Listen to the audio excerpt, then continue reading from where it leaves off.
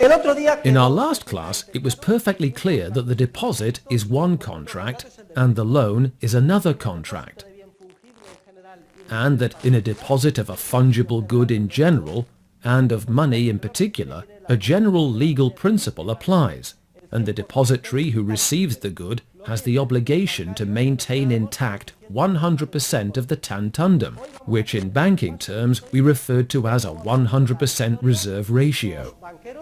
Today we are going to do a historical review and see how, throughout history, private bankers, in collusion with governments, have violated this principle.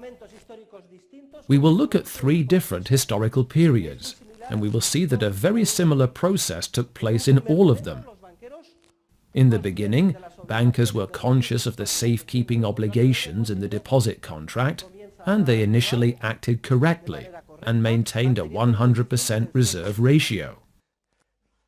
But sooner or later, they succumbed to the temptation to appropriate for their own business dealings a significant portion of what had been given to them for safekeeping.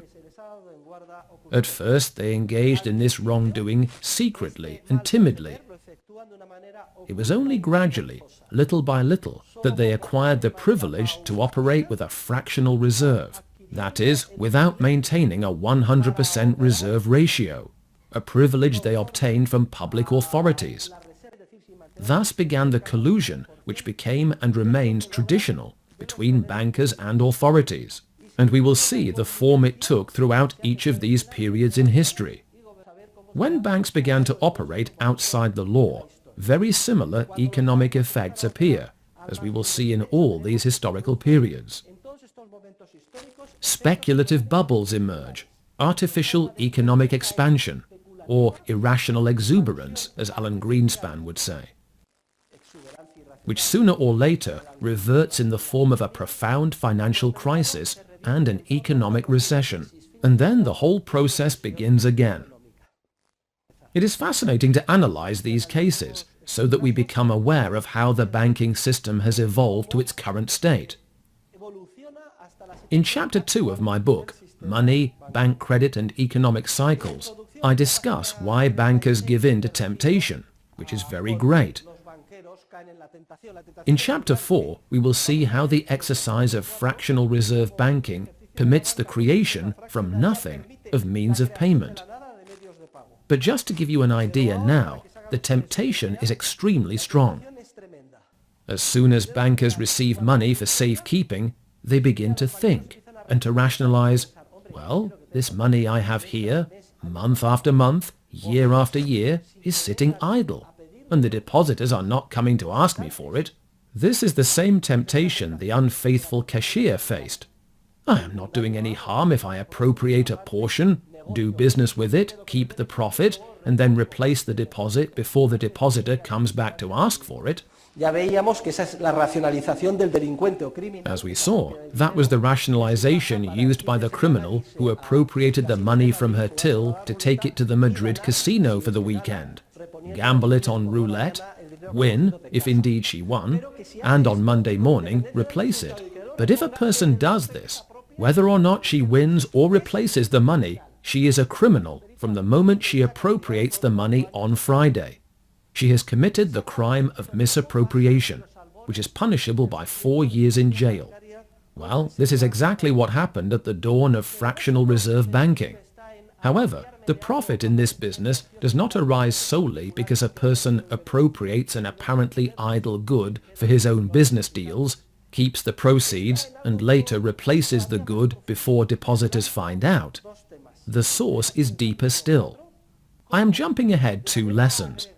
In Chapter 4, we will see that the fractional reserve banking system as a whole is capable of generating money from nothing on a huge scale. Just to give you an idea, what bankers do is to say, if I am going to maintain a reserve ratio of 10%, keeping the real money that I have, I will create loans from nothing for 10 times the amount of it, and the only collateral for them will be an accounting entry. And this is immensely profitable. To give you an idea, it is as if I had the power to do the following: to take a piece of paper, who will give me a piece of white paper, to write, worth 10,000 euros, here, Anastasia, and to lend Anastasia 10,000 euros. From nothing. Notice, all I have done is write on a piece of paper. But then I will demand that Anastasia pay me back with real money, plus interest, within 1 year. Sounds like a great deal, does it not? Even better than counterfeiting money. The temptation is very great, and human nature is weak. The flesh is weak. The tempter is always there, lurking in the shadows. You know that money is sitting there idle. It is not fulfilling its social function. It would do humanity so much good to put the money into operation, to finance companies. And everyone thinks, oh, you're right. Of course you're right. The money is sitting here idle. As a cashier, I can see there will be money left in the till over the weekend. It would be so good for humanity if I appropriated it, took it to the Madrid casino, gambled with it, and put it into circulation, where it would change hands. Surely that would fight unemployment and finance investments. And if, to top it off, I won, and the next day replaced the cash, nobody would know. And not only would I not have done anything wrong, but I would deserve a monument. That is basically what most monetarists in Keynes said should be done.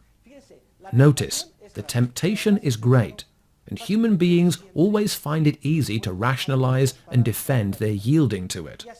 So, as we will see in the different examples, bankers, the majority of bankers in many historical settings, but not in others, always in a concealed way in the beginning, because it is mainly in the beginning that there is an awareness of wrongdoing, start to appropriate the money of their depositors. That is the reason bankers tend to act secretly, because they know that if word gets around about what they are really doing, there will be an immediate collapse of confidence, and their entire business will fail.